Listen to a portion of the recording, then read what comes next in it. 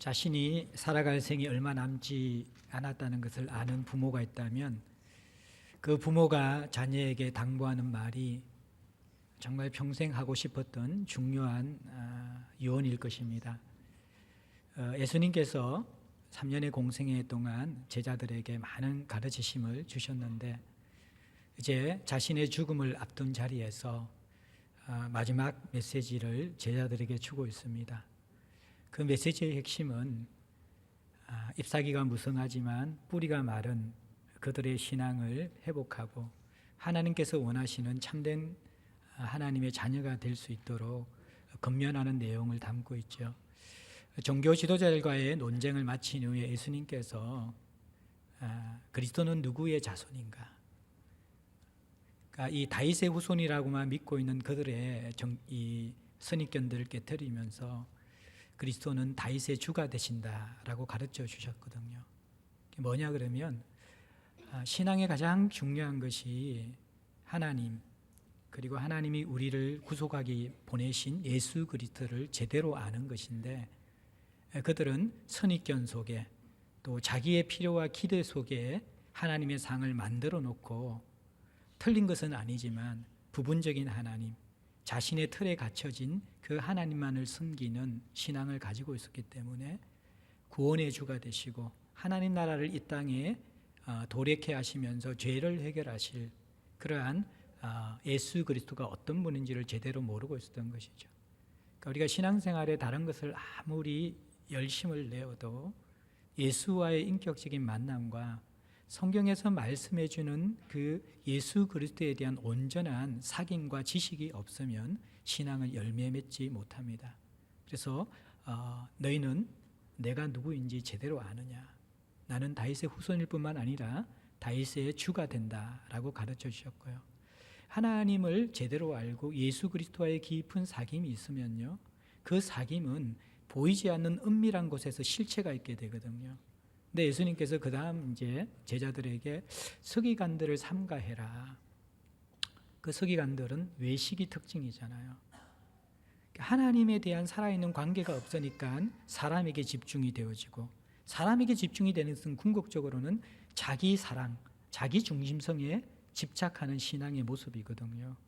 겉으로는 거룩하고 겉으로는 많은 사람에게 존경을 받을 만한 가르침을 베푸는 자들이지만 실상은 그들은 하나님과의 인격적인 살아있는 만남이 없기 때문에 외식하는 자였기 때문에 그 외식이 열매 맺지 못하는 신앙의 가장 중요한 장애물이 되는 것이죠.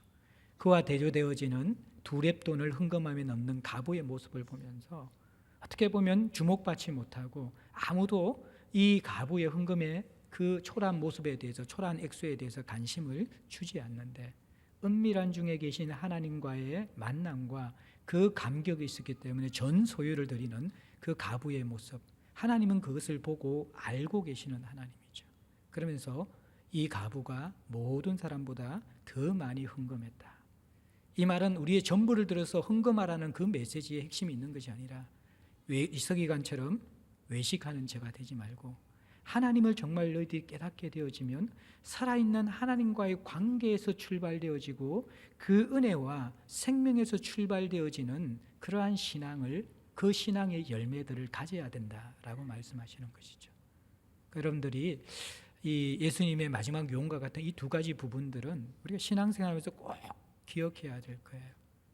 종교적인 여러 가지의 활동, 지식이 아닌 예수 그리스도를 인격적으로 만나고 알아가는, 그리고 사람이나 자기 안에 갇혀진 신앙이 아니라, 외식하는 신앙이 아니라 은밀한 중에 계시는 하나님에 대한 살아있는 그 영적 비밀을 가지고 그 하나님이 동기가 되고 그 하나님이 내 신앙의 모든 기초가 되어서 움직여지는 하나님의 생명과 연결되어지는 참 신앙 우리가 가져야 되고요.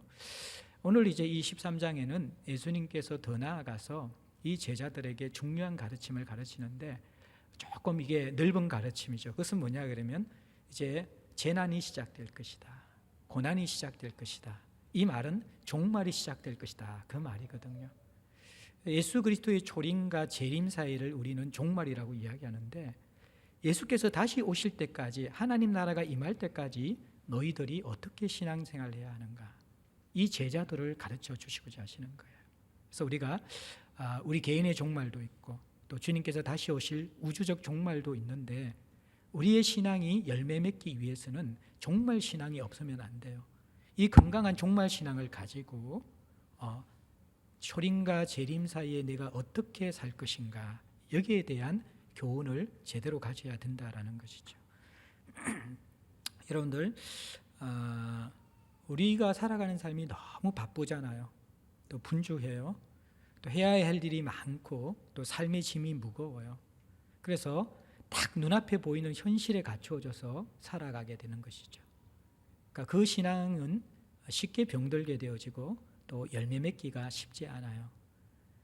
여러분들, 이 종말론에 대한 부정적인 의식들이 우리가 많이 있는 것은 광신적인 믿음을 가진 사람들이 극단적인 종말론자가 되어서 재산도 다 팔아버리고 자녀들 교육도 시키지 않고 기도원에 들어가서 합숙생활을 하면서 세상과 담을 쌓는 현실의 삶과 상관없는 그러한 이 광신적인 삶을 살아가는 종말론자들 때문에 우리는 극단적인 종말론은 싫어합니다.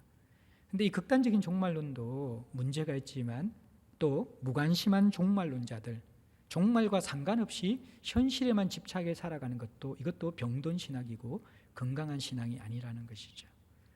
성경은 우리에게 종말적, 성경적, 건강한 종말적 신앙을 가지고 살아가라 분명하게 권면하고 있어요. 지금 여기에서 하나님과의 관계를 가지고 하나님 나라를 누리고 있는 사람들은요, 종말적 하나님 나라의 완성을 기대하며 종말 신앙을 가질 수밖에 없습니다. 무슨 말이냐 그러면요, 내가 여기에서 하나님과의 교제와 하나님의 통치를 받고 누릴 때 그 즐거움과 부요함과 풍성함의 맛을 보았지요. 그런데 이 땅에서 누리는 하나님 나라의 맛은 완벽하고 온전한 것은 아니라는 거예요.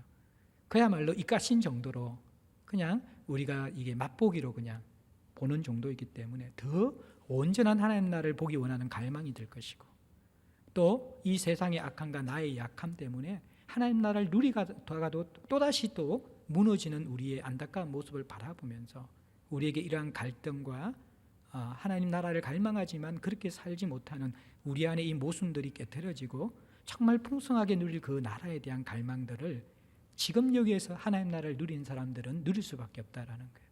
조금 더 쉽게 설명하면, 여러분들 야구를 좋아하는 사람들, 야구 관람하는 걸 좋아하는 사람들은 물론 이렇게 시즌에 있는 경기도 좋아하지만 다들 최고의 팀들이 붙는 코리안 시리즈나 아니면 또 이 미국 야구까지 좋아하는 사람들 월드 시리즈 같은 그러한 것들을 여러분들 다 좋아할 거예요. 그래서 축구 좋아하는 사람들 어떻습니까? 유럽의 축구 리그들 보는 사람들은 챔피언스 리그나 아니면 여러분들 월드컵의 결성전 이런 것들 학수고대하잖아요. 왜냐 그러면 그 최고의 명성부가 펼쳐질 그 부분들에 대해서 다들 이렇게 관심을 가지고 또 매니아들은 그것들을 기다리고 있는 것이 정상인 것이죠. 축구의 맛을 알고 야구를 보는 맛을 알기 때문에. 마찬가지로 여기에서 하나님 나라의 맛을 아는 사람들은요, 그 맛이 완성되어질 하나님 나라를 기다리지 않는 것이 이상한 것이죠. 그래서 우리가 건강한 종말 사상이 없다라는 것은 지금 여기에서 내가 하나님 나라를 누리지 못하는 병든 신앙을 가지고 있다라는 것을 이제 대변해 주는 것이 될 수 있습니다.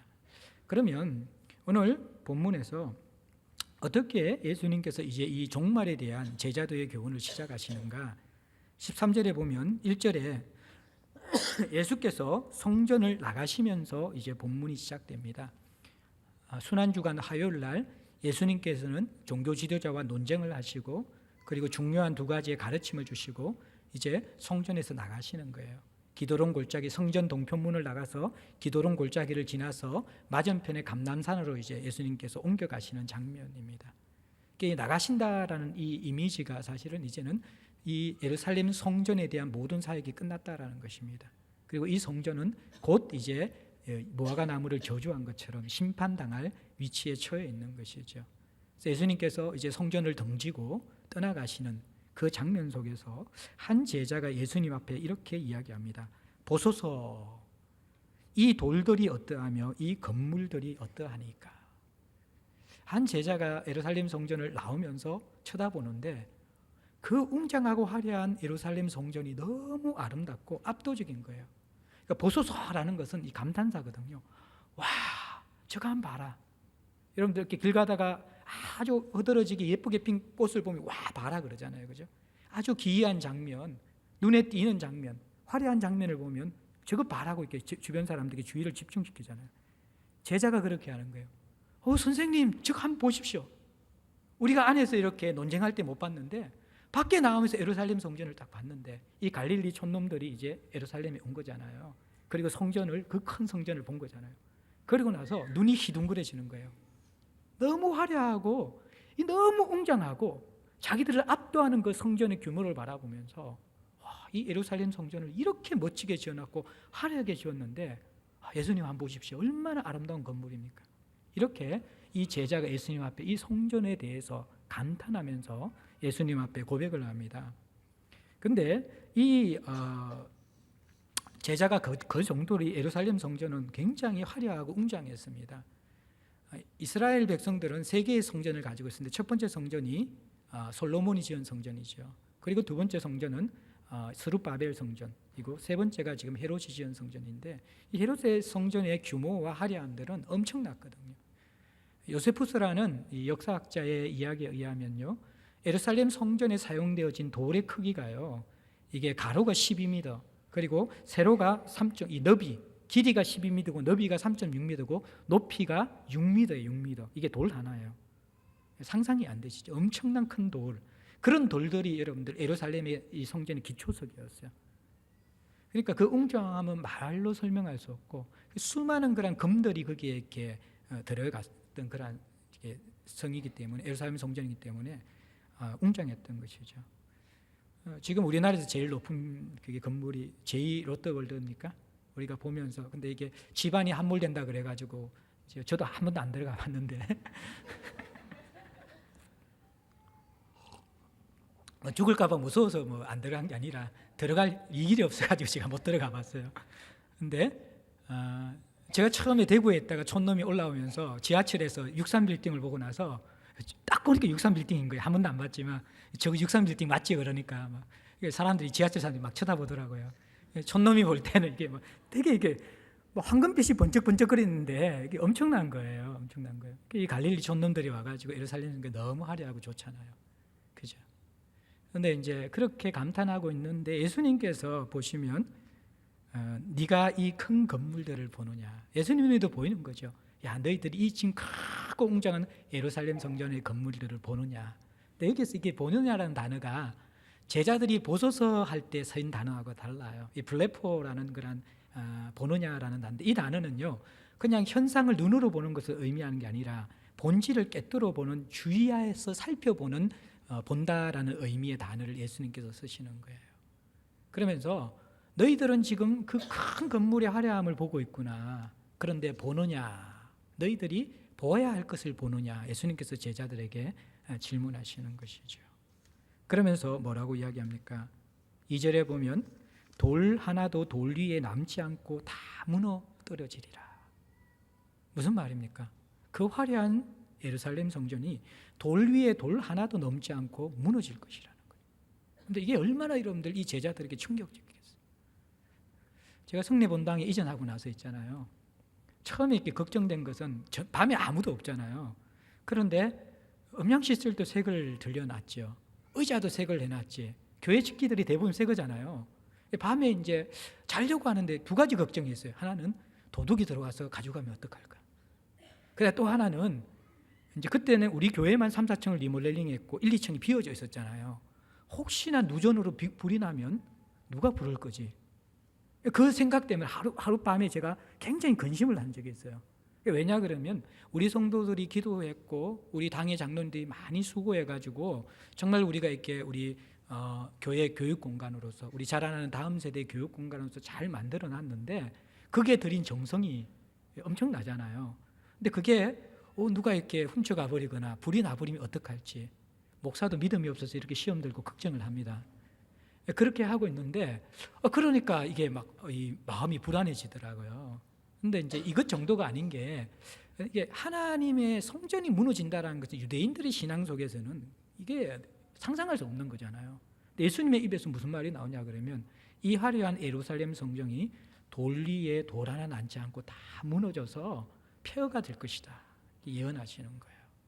제자들이 놀랄 수밖에 없는 것이죠. 너희들이 이것을 보느냐라고 이야기하는 거예요.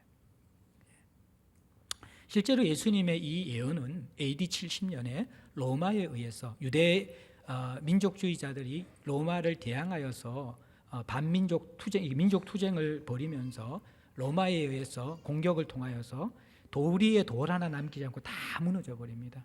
한쪽에 이 모퉁이의 돌만 이렇게 남아 있는데 그것이 지금 유대인들이 통곡의 벽이라 그래서 그곳에서 기도하는 곳이 되었죠. 그리고 이제 이 돌과 돌 사이에 이 금들로 이렇게 맞게 이게 도배를 해놨기 때문에 그러한 것들 캐내기 위해서 돌을 다 무너뜨리면서 완전히 훼손됐다고 이야기해요. 여러분들 예수님께서 이제 종말에 대한 비유를 시작하시면서 첫 시작이 뭐냐 그러면 이 예루살렘의 무너짐의 예언으로부터 시작하셔요. 성전의 무너짐. 그러면서 보느냐 이렇게 먼저 말씀하시거든요. 그러니까 이 종말에 우리가 먼저 가져야 될 게 영적인 인사이트라는 거예요. 제자들은 뭘만 보고 있어요? 예루살렘의 화려한 성전만 보고 있는데 예수님은 무엇을 보라는 거예요? 예루살렘 성전의 본질을 보라는 것이죠. 예루살렘의 성전의 본질이 뭐였어요? 지금까지 예수님께서 사역하셨던 첫 저주, 무화과나무 저주 사건에서 보는 것처럼 잎사귀는 무성한데 뿌리가 말랐어요. 만민이 기도하는 집인데 강도의 구렬이 되어졌어요. 예수님께서는 그 예루살렘 성전의 본질을 너희들은 보고 있느냐? 이 성전은 이미 기능을 다했다라는 거예요. 이 성전은 목적에서 벗어났다라는 거예요. 겉으로 아무리 화려하지만, 겉으로 아무리 영광스럽지만 더 이상 이곳에 하나님이 머물 필요가 없다라는 것입니다. 왜? 이곳은 강도의 구렬이 되었기 때문에. 그러면서 그것을 심판하시면서 다 무너뜨려 버리시는 거예요. 말세의 사람들은 외형에 중시합니다. 화려함과 또 사람들의 이목에 중시해서 살아갑니다. 근데 예수님께서는 우리에게 본질을 보느냐 말씀하시는 거예요. 한국교회에 메가처치가 얼마나 많습니까? 근데 지금 메가처치에서 신앙생활하는 분들의 신앙이 우리 한국 초대교회 우리의 선배의 신앙의 순수성과 거룩함들을 따라갈 수 있을까요? 우리 중직자들에게 제가 교육하면서 복음에 미치다라는 초대교회 이야기를 좀 읽으라고 했는데 그들이 가지고 있는 그 생명력 있는 신앙에 비교할 때 우리는 얼마나 화려한 건물 속에서 좋은 교육 제대 속에서 신앙생활을 하고 있어요. 그런데 보느냐 하는 그 하나님의 눈에 비추어지는 우리의 모습과 우리의 선배들의 신앙의 모습을 볼 때 하나님은 어느 편의 참신앙이라고 말씀하고 계실까? 우리는 심각하게 질문을 던져보아야만 하는 것이죠. 그러면서 이제 감난산으로 옮긴 이후에 성전을 마주 대하여 제자들과 예수님이 앉아 있는데 네 제자가 예수님 앞에 나와서 질문합니다. 베드로, 야고보, 요한, 안드레가 조용히 예수님 앞에 묻습니다. 4절에 보면 우리에게 이루소서 어느 때에 이런 일이 있겠사오며 이 모든 일이 이루어지려 할 때 무슨 징조가 있사온 날일까? 그렇게 이야기하는 것이죠. 자, 이 이스라엘 백성들의 생각은요, 성전의 무너짐은 곧 종말을 의미하는 것입니다. 그래서 두 가지 질문을 하는 것이죠. 언제 심판이 일어납니까? 언제 성전의 파괴가 일어납니까? 이 어느 때입니까? 시간적인 질문이고요. 또 하나는 이러한 일이 일어날 때 어떤 현상이 일어납니까? 무슨 징조가 있겠습니까? 라는 그 때에 일어날 현상과 징조에 대한 두 가지 질문을 하는 것이죠. 그래서 여러분들 이 13장은요, 이제 예수님께서 감람산 강화라고도 이야기하시는데 뭐냐 그러면 이 종말에 일어날 일들, 이 일들에 대해서 교훈하시는 내용으로 가득 차 있습니다. 종말의 제자도, 종말의 교훈이 이제 이 예루살렘 성전에 대한 예언으로부터 출발되어서 시작되는 것입니다. 이 징조에 대한 질문에 대해서 이제 예수님께서 답변을 하시는데 5절부터 8절까지 성전 파괴가 일어날 때 또 종말의 때에 어떤 일이 일어날 것인가 두 가지로 이야기하는데 이 예수님께서 13장에 설명하는 이 내용들은 사실은 이제 조금 이 학자들마다 견해가 달라요. 어떤 학자들은 이것이 역사적으로 AD 70년에 일어날 예루살렘 성전의 파괴에 한정된 예언이다라고 보는 사람들도 있어요. 어떤 사람들은 이것은 예루살렘 성전을 향한 그런 예언이 아니라 마지막 종말에 하나님 나라가 임할 때 심판당하고 재난을 받을 그것들의 중점을 두고 한 예언이다, 그렇게 이야기한 사람이 있는데, 대부분 성경학자들이 오늘 본문을 해석하는 13장 본문의 해석은요, 두 가지가 함께 포함되어져 있다라고 이야기합니다. 그러니까 성전 파괴와 세상의 종말이 함께 섞여서 믹스되어져서 오늘 본문의 교훈이 주어지는데, 근데 이것이 구분이 되지 않아요. 섞여 있다라는 거예요. 이것을 신학적인 기법으로 원건통시법이라고 합니다. 멀리 있는 것과 가까이 있는 것을 함께 본다라는 거예요. 쉽게 이야기하면 뭐냐 그러면요, 2D 평면으로 볼 때는요, 멀리 떨어진 삶들이 무엇이 가까운 것이고 무엇이 먼 것인지 잘 표시가 나지 않습니다. 근데 3D 입체 영화를 보면 어떻습니까? 이게 공간감이 확 생기게 되잖아요. 그러니까 여러분들, 하나님은 역사의 전체를 주관하시고 과거와 현재를 미래를 아시기 때문에 하나님은 역사를 보는 관점이 입체적이에요. 3D라는 거예요. 그런데 우리는 뭐예요? 지금 현실에서 보기 때문에 과거와 미래가 다 이렇게 평면적으로밖에 볼 수 없어요. 그러니까 평면적인 눈으로 보고 있는데, 성경의 기법은 뭐냐 그러면 이 입체적인 것을 섞여서 원건통시, 멀리 있는 것과 가까이 있는 것을 함께 섞어 놓아서 같이 보도록 만든다라는 것입니다. 그래서 우리가 이것을 보게 되어질 때 어떤 부분은 성전 파괴에 대한 예언이고 어떤 것은 세상 종말에 대한 예언인데, 이것을 굳이 구별할 필요가 없어요. 왜냐 그러면 우리가 초대교회 성도들, 예수님 당시의 성도들은 그 당시에 자신에게 임할 개인적 종말을 생각하고 성전 파괴의 종말을 생각하면서 이 메시지를 받아들여도 무리가 없고, 우리들은 또 이것을 다시 오실 예수 그리스도의 재림, 그리고 우리 개인의 종말을 생각하면서 이 메시지를 같이 받아들여도 된다는 거예요. 어쨌든 그것이 섞여 있는 원건통시적 내용들이 되어져 있는데, 5절부터 8절에 보면요, 이 징조들이 나타납니다. 크게 두 가지인데, 하나는 거짓 메시아가 출현한다라는 거예요. 5절 6절에 보면 5절에 예수께서 이르시되 너희가 사람의 미혹을 받지 않도록 주의하라. 어떤 사람들이 너희들의 신앙을 미혹할 것이라는 거예요. 근데 그 미혹이 뭐냐 그러면 6절에 보면 많은 사람이 내 이름으로 와서 내가 그라 하여 많은 사람을 미혹할 것이다, 그렇게 이야기해요. 예수님 당시에 거짓 그리스도가 많이 있었어요. 본래 여러분들, 삶의 고통이 많이 있고 사회가 어지러울 때는 거짓 메시아가 많이 나타납니다. 그래서 예수님께서 갈릴리에서 오신 그리스도라고 이야기했을 때, 그때 나다나엘이 갈릴리에서 무슨 선한 것이 나올 수 있느냐, 그 말은 갈릴리는 이 민중 항쟁이 강했던, 반로마 정서가 강했던 그러한 지역이었거든요. 우리나라로 한다면 광주나 이 호남에 있는 그러한 정서와 대변될 거예요. 민주의식이 강한 그러한. 근데 이 갈릴리에서 거짓 메시아가 많이 나타났다라는 거예요. 그래서 백성들을 모아서 현혹시키다가 정작 로마 군인들이 쳐들어올 때는 자기를 따르는 사람들을 버려버리고 자기만 도망가는 것. 이게 요한복음에 나오는 사꾼 목자 비유예요. 사꾼 목자 비유. 그런 사람들이 많이 있었어요. 그러니까 갈릴리표 메시아는, 이것은 이게 어떻게 보면 신뢰가 없는 메시아예요. 거짓 메시아가 많이 드러났다는 거예요. 마찬가지로 예수님이 죽으신 이후에도 사실 계속해서 이 거짓 메시아들, 그리스도가 많이 드러났어요. 오늘날에도 마찬가지거든요. 여러분들, 독일의 어떤 종교 리서치에서 조사한 바에 의하면 세계적으로 자기가 그리스도라고 이야기하는 사람이 1551명이래요. 전 세계적으로 내가 메시아다, 내가 그리스도다, 이제 1551명의 메시아와 함께 우리가 지금 살아가고 있어요. 이게 이제 이 종교적 혼란들이 있는 시대다, 그렇다라는 거예요. 그래서 이게 물론 이제 자칭 거짓 메시아라는 그런 직접적인 이단들도 있는 것이고, 이것을 좀 확대 적용하면요, 말세에는요, 나를 구원할 참된 메시아가 누구인가 분별하기 힘든 시대가 된다라는 거예요. 사람들이 사사로운 그 가르침에 귀를 기울이고, 거짓 메시아는 꼭 종교적인 메시아뿐만 아니라 현실의 그리스도 대신 우리에게 구원자의 역할을 하는 수많은 그런 대상들이 거짓 메시아인 거예요. 여기에서 우리가 현혹되면서 살아가는 현상들이 많이 일어날 것이라는 것이고요.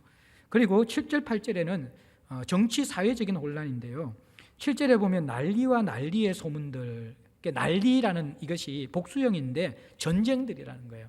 근데 전쟁이 어떻게 일어나느냐, 8절에 보면 민족이 민족을, 이거는 민족끼리 국내전을 이야기하는 것이고, 그리고 나라가 나라를 대적하여 일어나는 국제 전쟁을 이야기하는 거예요. 이것들이 계속 일어날 거라는 거예요. 여러분들께 예수님이 이제 죽으시고 난 다음에 성전 파괴 때까지도 수많은 전쟁들이 있었어요. 지금도 전쟁들이 많이 있고요. 그래서 5,500년 동안 전쟁의 역사를 이렇게 살펴보면요, 인류 역사에 전쟁이 일어났던 횟수가요 14,000번 정도 된다. 14,000번. 그걸 이제 1년으로 치면 평균 2.6번, 두 번 반 정도가 이렇게 전쟁이 일어났는데, 이것은 이제 국지전이 아닌 이렇게 나라와 나라의 사이, 국가와 국제전, 세계 전쟁과 같은 그런 국가의 전쟁들이 한 해마다 2.6번 정도 일어나는데, 근데 시간이 갈수록 여러분들 이렇게 현대전의 발발이 훨씬 더 많아지고요. 그리고 이걸 군사학적으로 계산하면요, 한 사람을 살상하는 데 드는 이게 비용들도 계속 늘어간대요. 그래서 여러분들 거기 비용들이 처음에는 한 사람을 죽이는데 이게 달러로 하면 한 600달러 얼마 들지 않았는데, 지금의 한 사람 2차 세계대전 때는 그게 한 60만 달러가 됐고, 지금은 한 100만 달러 이상이 드는 그 비용이. 그건 뭐냐 그러면 엄청난 거라는 게 무기들이 떨어지면서 전쟁의 규모들이 점점 커져간다라는 그런 내용들을 우리가 볼 수 있고요. 그리고 8절에 보면, 후반절에 보면요, 지진이 있다라는 거예요. 곳곳에 지진이 있어요. 그래서 예수님 당시에도 여러분들 이 성전 파괴 전까지 지진이 많이 있었는데, 우리가 잘 아는 이제 바울이 빌립보 감옥에서 옥문이 열리잖아요. 그것들을 이제 역사 배경학자들은 빌립보의 지진으로 설명해요. 지진이 나서 흔들리면서 옥문이 열렸다라고 그렇게 설명하고 있고요. 그다음에 이제 소아시아의 대지진이나 또 폼페이 지진이 61년, 62년 이렇게 자주 빈번하게 일어났는데, 지진의 횟수도 계속 늘어난다고 그래요. 18세기에는 640회, 19세기에는 2119회, 20세기에는 2만 회.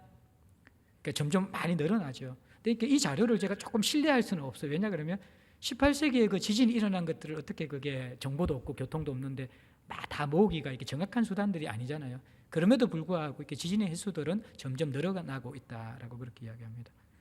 자, 그런데 이런 현상들이 많이 일어나는 것, 난리의 소문들이 일어나고 있다.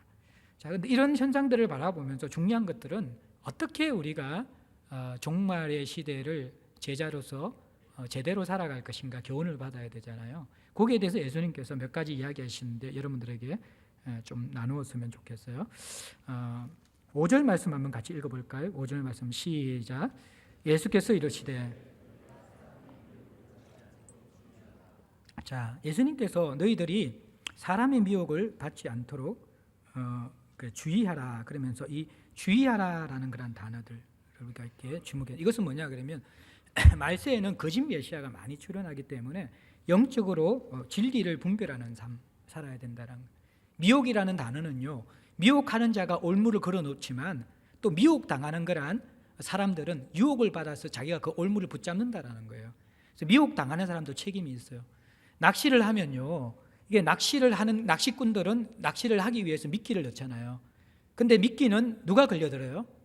그 미끼에 탐을 내면서 덥석 무는 물고기가 걸려드는 거잖아요. 이게 미혹의 모습이거든요. 미혹하는 사람도 있지만 그 미혹하는 것에 현혹되어서 덥석 무는 미혹당하는 사람들의 문제가 있기 때문에 너희들은 주의하라. 그렇게 우리에게 이야기하는 것입니다. 예수님 당시에도 제가 말씀드렸던 뭐 갈릴리 유다나 드다와 같은 거짓 메시아가 많이 있었는데, 이걸 오늘날 좀 제가 이렇게 적용을 하면요, 캠퍼스 이단들 또 교회에 침투한 이단들을 우리가 잘 이렇게 민감하게 주의해서 살펴야 돼요. 이런 부분에 대해서.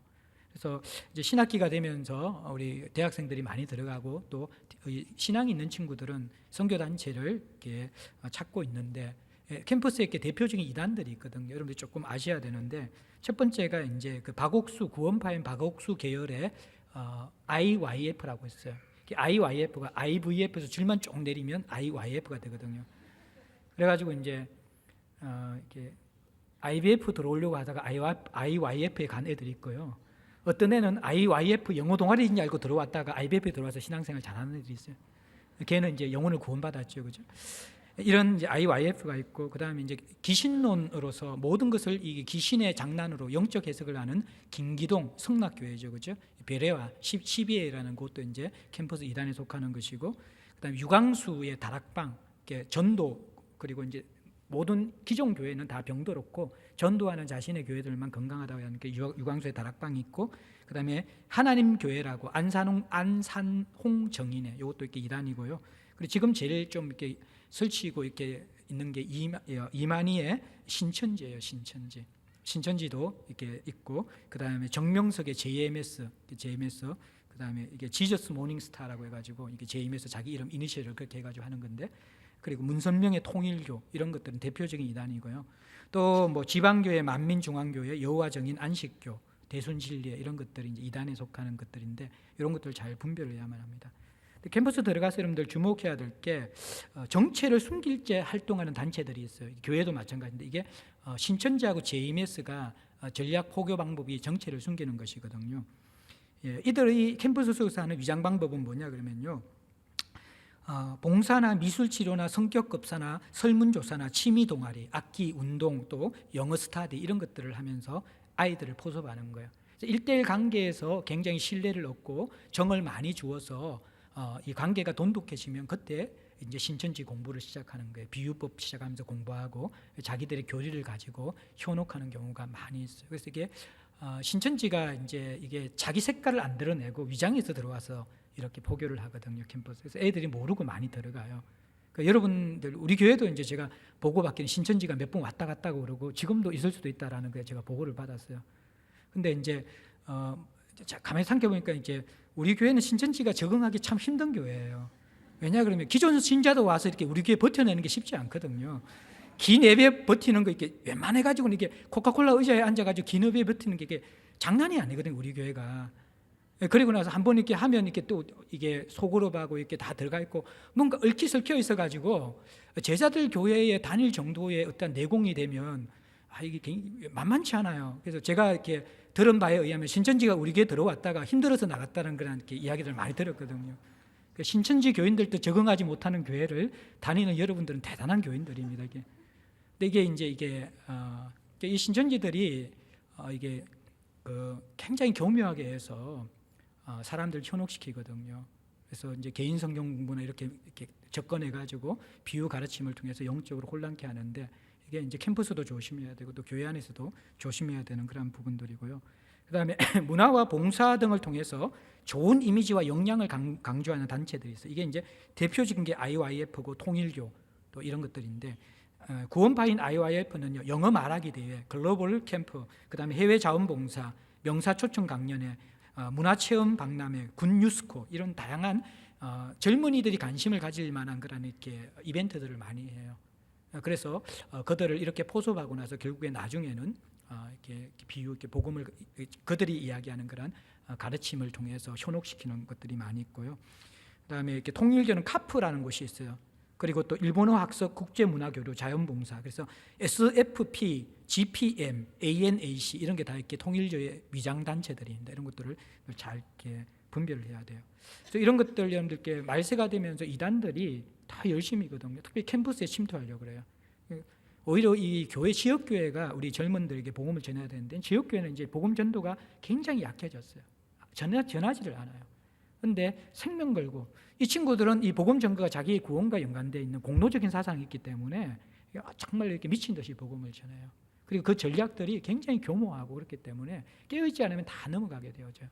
여기에 대해서 여러분들에게 이제 좀 분별을 위해서 당부드리고 싶은 것은 만약에 여러분들 대학생들이 선교단체에 들어가고 싶으면 이미 알려진 건강한 복음주의 선교단체에 들어가야 돼요.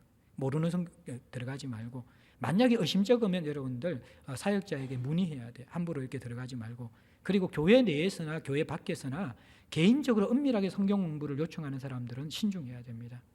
제가 여러분들에게 교회 밖의 교육에 대해서 금지한 적은 없어요. 좋은 교육이 있거나 세미나가 있으면 참여하는 것은 괜찮은데 그런데 여러분들이 분별력이 없는 가운데 그냥 이것저것 계속 기웃거리다 보면 사실은 건강하지 못한 가르침이나 또 이단들에 의해서 많이 농락당할 가능성이 많이 있거든요. 그래서 여러분들 꼭 어떠한 개인 공부나 이런 것들은 사역자에게 좀 이렇게 투명하게 노출을 시키시고 또 외부에서 여러분들 교육받는 것도 함께 상의하고 또 함께 격려받으면서 또 갔다 와서 어떤 도움을 받았는지 함께 나누면서 그러면서 여러분들 신앙들이 계속해서 좀 잘 점검이 되어져야 되거든요. 이런 게 부분들이 여러분들 제대로 되어야지 알지 못하는 사이에 이렇게 이단에 빠지는 경우가 굉장히 많이 있고 기존 교회들이 많이 넘어져요.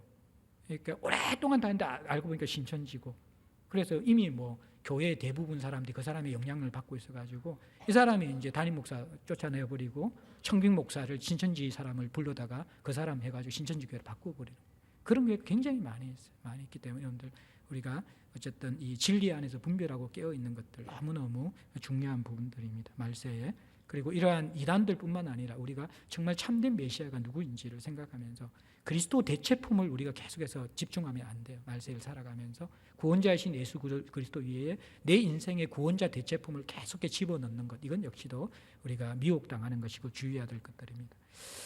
그리고 두 번째 이제 예수님께서 권면하는 게 뭐냐 그러면요, 7절에 보면 두려워하지 말라, 그렇게 난리와 난리의 소문을 들을 때 두려워하지 말라. 왜냐 그러면 이것이 종말 끝이 아니라는 거예요. 그리고 8절에 보면 재난의 시작이다.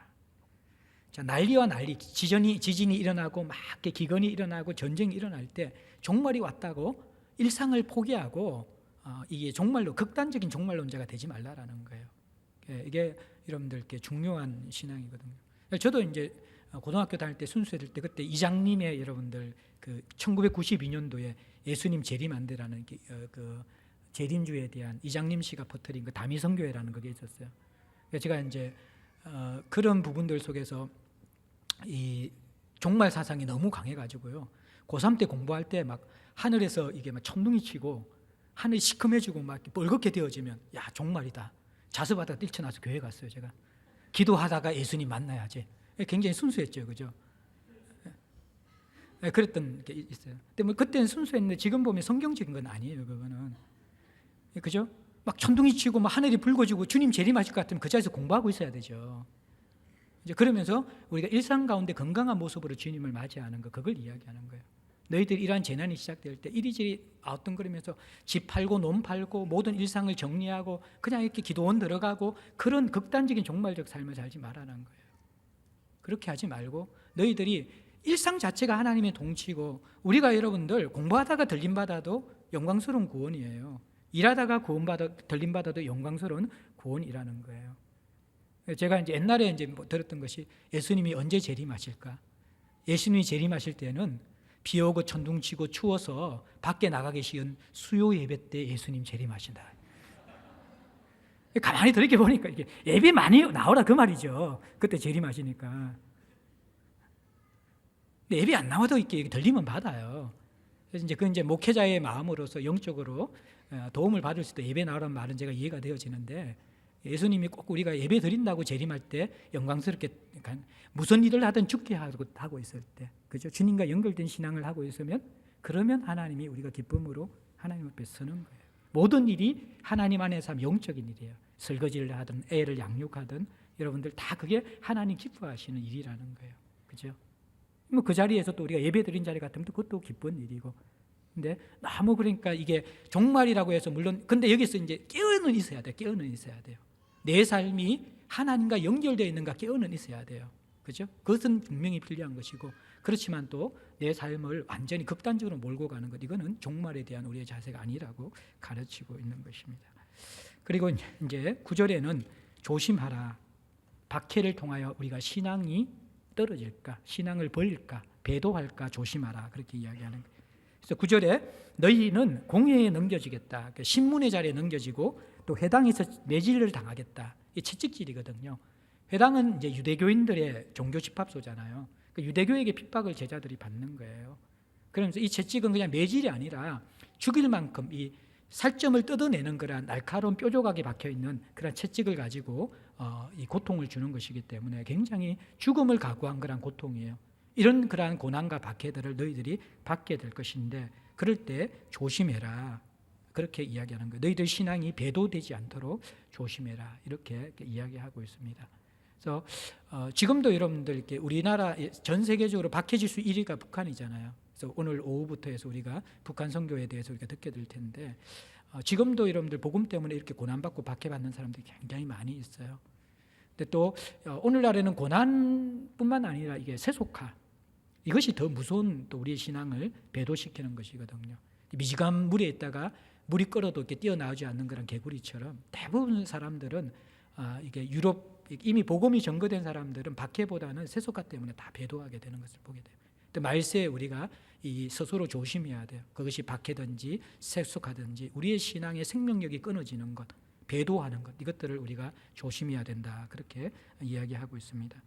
그리고 이제 11절에 보면 염려하지 말라. 이 말은 뭐냐 그러면 우리가 이 박해 속에서 하나님께서 열어놓는 환경이 있다라는 거예요. 그것은 뭐냐 그러면 복음 전거의 기회예요. 복음 전거의 기회.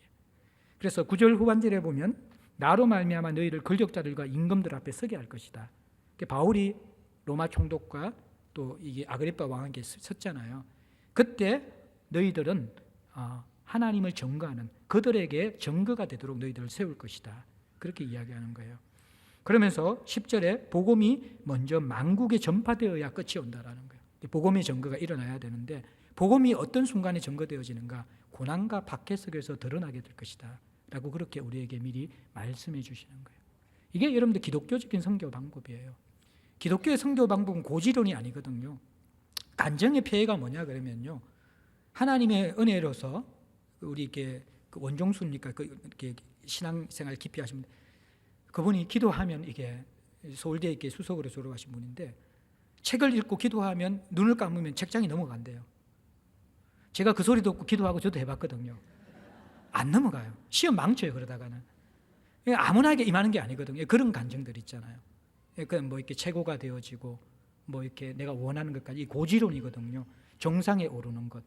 그럴 때 하나님의 영광이 드러나고 하나님이 살아계신 것. 예수님이 고지론적 선교 방법을 쓰셨으면 왜 십자가를 지셨을까요?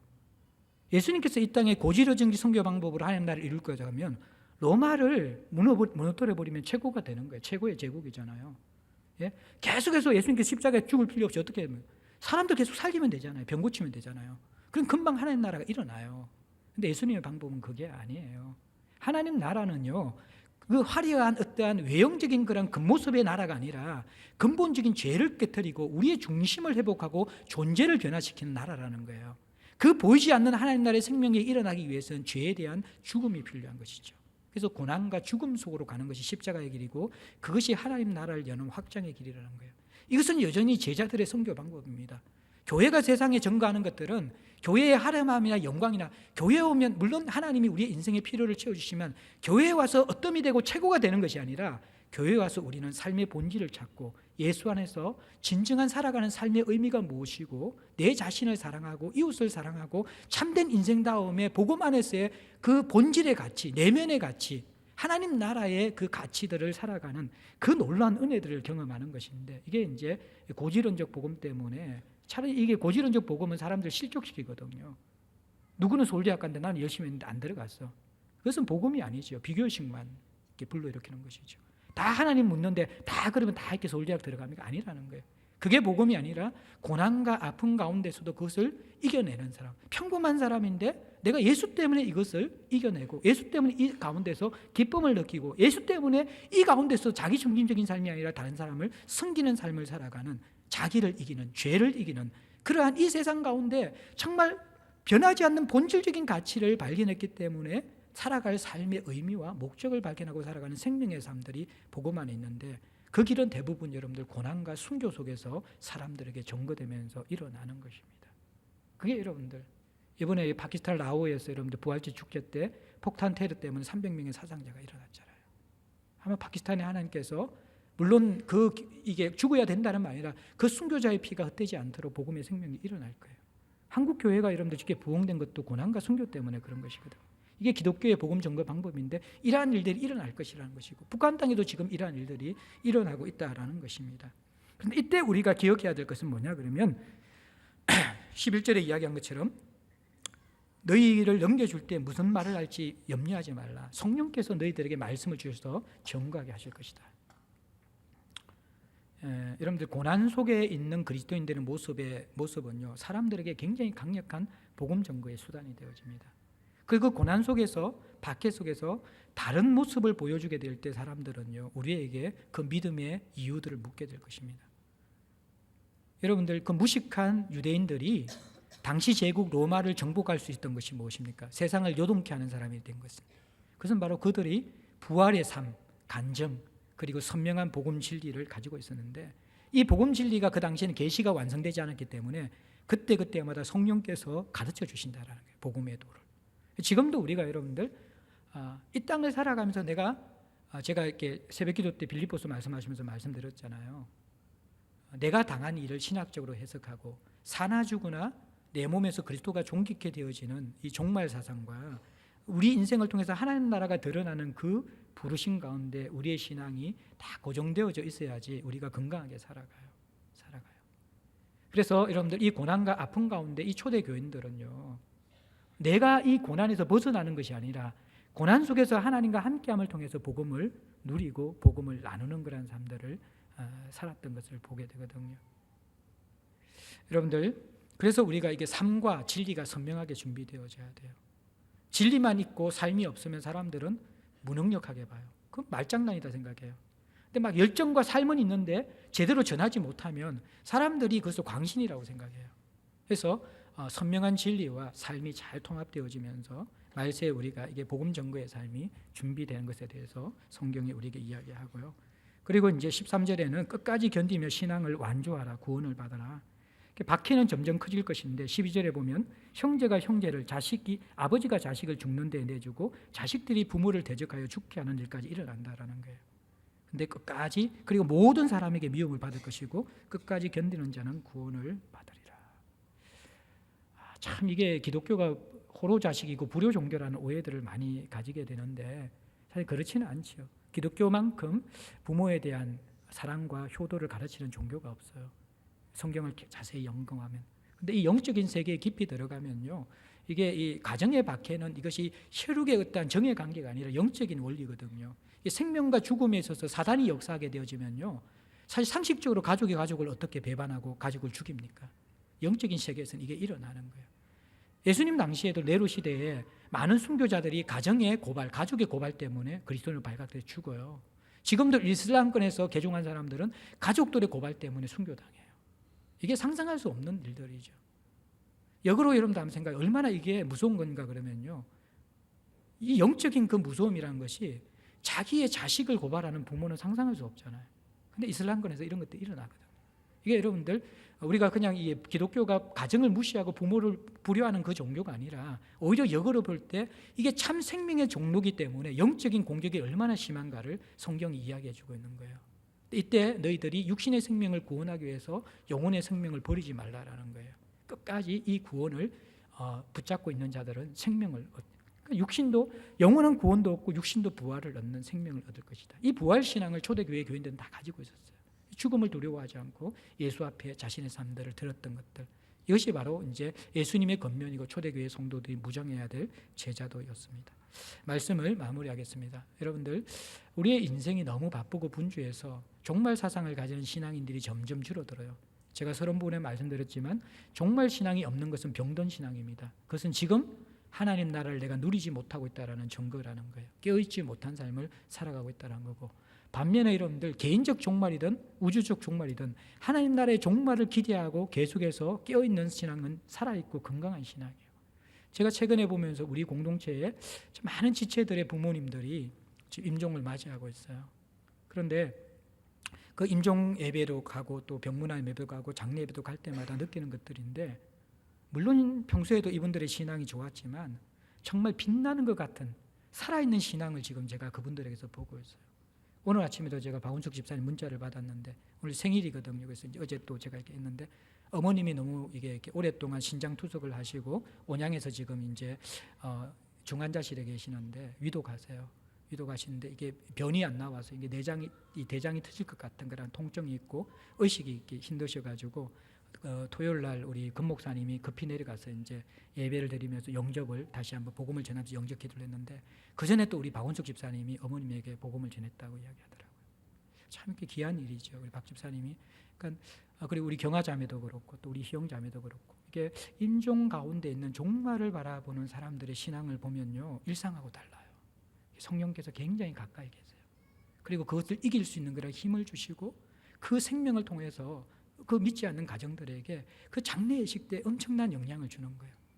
제가 이렇게 목양을 하다 보면요, 결혼식 아무리 제가 주례 멋지게 해도 그것 때문에 회심하고 교회 돌아가는 사람 거의 못 봤어요, 제가. 근데 장례 예식 때 보면 우리 성도들의 위로와요, 그 장례 예식 가운데 임하는 이 죽음을 이기는 성도들의 신앙을 보고 또 이 죽음 가운데 함께하는, 사실 그 장례 예식 때 가족들과 친지들도 별로 신경을 쓰지 않을 때도 많이 있는데 이 성도들의 위로와 격려를 보면서 교회에 대한 이미지가 바뀌어서 교회 나온 사람이 많이 생겨요. 여러분들 이 종말에 대한 의식을 가지는 것들은 굉장히 중요해요. 여러분들 이게 밥 버포드가 하프타임 때 마지막 남은 인생 40대 50대 인생을 돌아보며 후반전을 어떻게 생각할까? 첫 시작을 유언장을 쓰라 그래요. 내가 어떻게 죽을 것인가?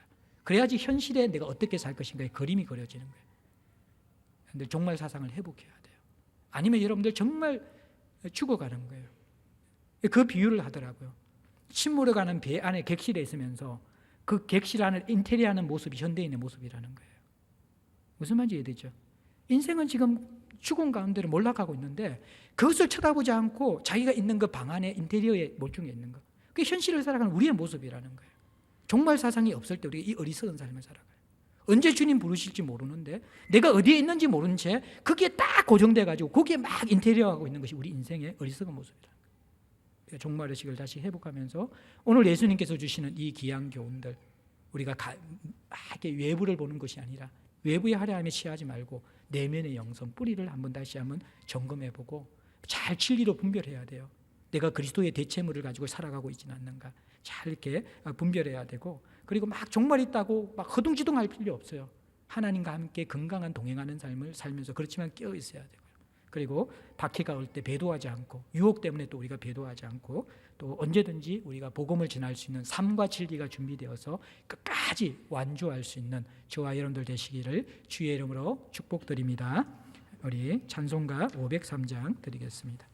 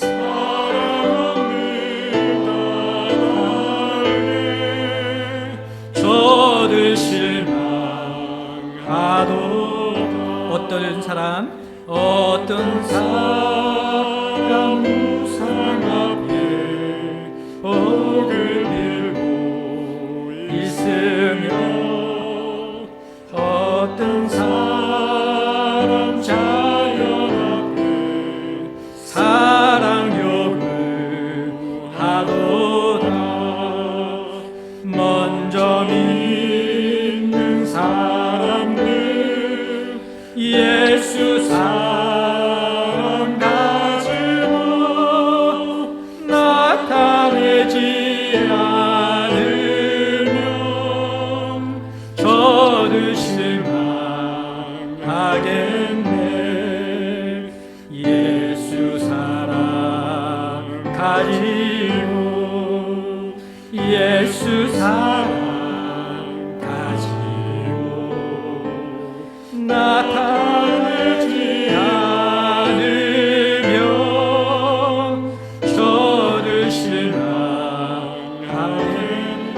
기갈 중에 있는 영혼, 기갈 중에 있는 영혼 사랑받기 원하네. 아이들도 소리 질러 아이들도 소리 질러 사랑받기 원하네. 저들 소리 들을 때 가서 도와줍시다. 만민 중에 나가서 예수 사랑 전하세. 예수 사랑 전하세. 예수 사랑 전하세. 만민 중에 나가서 예수 사랑 전하세. 오늘 말씀 가지고 우리 좀 함께 기도했으면 좋겠어요. 근데 우리가 삶이 참 힘들지요. 또 짐도 많고 장애물도 많고 그럴 때일수록 우리가 현실에 집중하기보다 성경적 종말론을 가져야 하지만이 지금 내가 무엇을 위해 또 어디를 향하여 살아가야 하며 내가 당한 일과 또 내가 사나 죽으나 어떻게 살 것인가 삶의 문제에 대한 방향이 보이고 또 길이 보일 수가 있습니다. 또 오늘 우리 좀 말씀 들은 거 생각하면서 하나님 우리가 이 세상이 전부인 것처럼 무관심한 종말론자가 되지 않도록 지금 하나님 나라를 누리는 건강한 신앙이 되어서 다시 오실 하나님 나라를 갈망하는 그러한 종말론자 되게 해주십시오. 진리를 참 분별해야 하는데 수많은 그리스도 대체품들이 우리에게 이것이 너에게 구원을 주고 행복을 준다고 속삭이는 이때에 내가 생명을 던질 구세주가 무엇인지 다시 한번 선택하게 해주시고 또 정말 우리가 여러 가지 우리의 삶에 고난과 어려움과 두려움이 올 때 우리가 깨어 있으면서 우리가 일상 가운데 하나님과 동행하는 삶을 멈추지 않고 생명을 가지고 또 박해 가운데 배도하지 아니하고 유혹 가운데 넘어지지 않고 오히려 고난 속에 그 빛나는 하나님의 생명이 함께하는 삶과 정거를 통하여서 사람들에게 하나님 나라를 나타내고 신앙을 완주할 수 있도록 하나님 우리에게 오늘 주신 말씀을 가지고 종말론적 제자도에 대해서 좀 고민하며 살아가는 우리들 될 수 있도록 좀 같이 한번 기도했으면 좋겠습니다. 잠시 말씀 가지고 기도하겠습니다. 하나님 아버지, 우리가 이 땅을 살아가며 참 많이 바쁩니다. 또 많이 힘듭니다. 참 그래서 하나님 나라가 있는 것도 우리가 기억하지 못하고 또 그 하나님 나라를 지금 여기에서 누리고 또 다가올 하나님 나라를 갈망하는 우리의 마음의 열정력도 많이 식어져 갑니다. 하나님 우리를 좀 불쌍히 여겨주시고 하나님 우리가 극단적인 종말론자가 되지 않게 해주시고 또 무관심한 종말론자가 되지 않게 하여 주시고 우리의 개인의 종말을 예비하고 하나님 다시 오실 그 날을 기대하며 준비하는 자들이 될 수 있도록 하나님 도와주시기 원합니다. 세상에서 그리스도 아닌 대체품들이 하나님 우리의 인생에 행복과 구원을 준다고 우리의 인생을 현혹하고 있습니다. 잘 분별할 수 있도록 진리의 뿌리를 박는 우리 지체들 될 수 있도록 도와주시고 이 혼란한 삶 가운데 깨어 준비하고 하나님 나라의 중심의 뿌리를 박고 아버지 흔들리지 않도록 도와주십시오.